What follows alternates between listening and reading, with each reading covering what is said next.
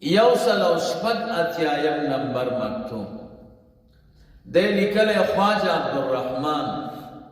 مفتی کابلی رحمه الله په دې مکتوب شریف کې دو خبرو باندې بحث کوي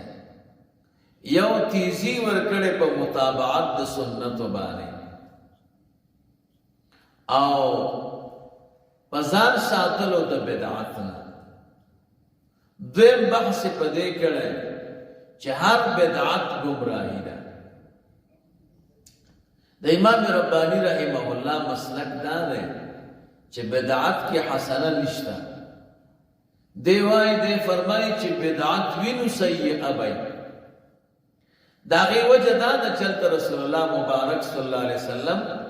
من سن سنتا حسنتا ویلي امام ربانی سے فرمایي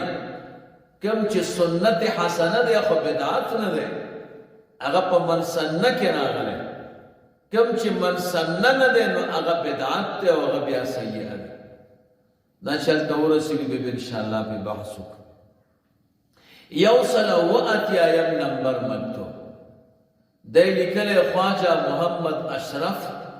کابلی رحمه الله په دې مکتوب شریف کې د دې بیان کړی دی چې طریقې رابطه دا د تمامو طرق موصلون نزدې طریقه ده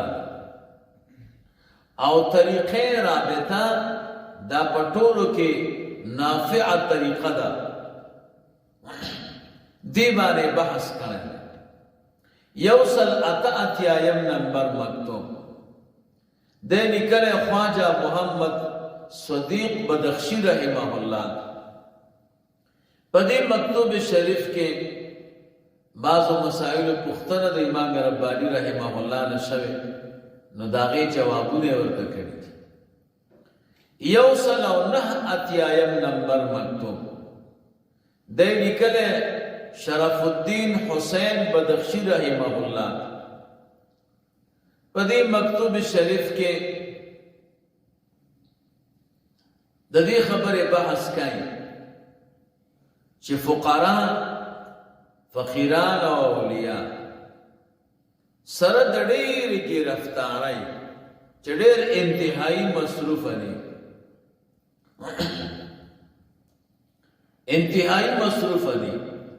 خو د هغې باوجود هم د نورو فقراو سره ربط ساتي او د هغوی سره تعلق ساتي او فقراو اهل الله دنیا پرېږدي او دنیا سره ربط نه ساتي او د خپل د باطن په اصلاح کې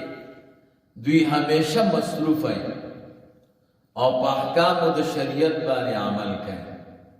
لکه د اولیاءو د بزرګانو کارونه یې ښودلي دي چې دې کې مصروف دي دې کې مصروف دي دې کې یوصل او نویم نمبر مکتوب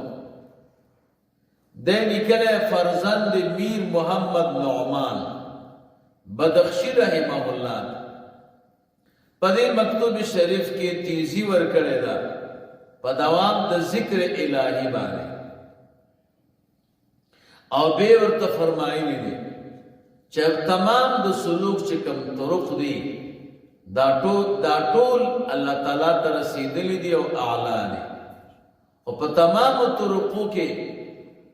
نقشبندیه مبارکه چې بیا دا په ټولو کې افضل ده نو تا ته پکار دا دي چې په دې طریقه کې ډېره خواري وکړي نو دې دوه خبرو باندې بحث په دغه مکتوب شریف کې کړی اللهم صل على سيدنا ومولانا محمد وعلى آل سيدنا ومولانا محمد وبارك وسلم وصل عليه الحمد لله رب العالمين والعاقبة للمتقين والصلاة والسلام على رسوله محمد وآله وأصحابه أجمعين إله العالمين اسلام و دین منت محمود اسلام را تعمل حسانك رسول الله مبارک صلی اللہ علیہ وسلم روح منور زمون نه خوشانه کی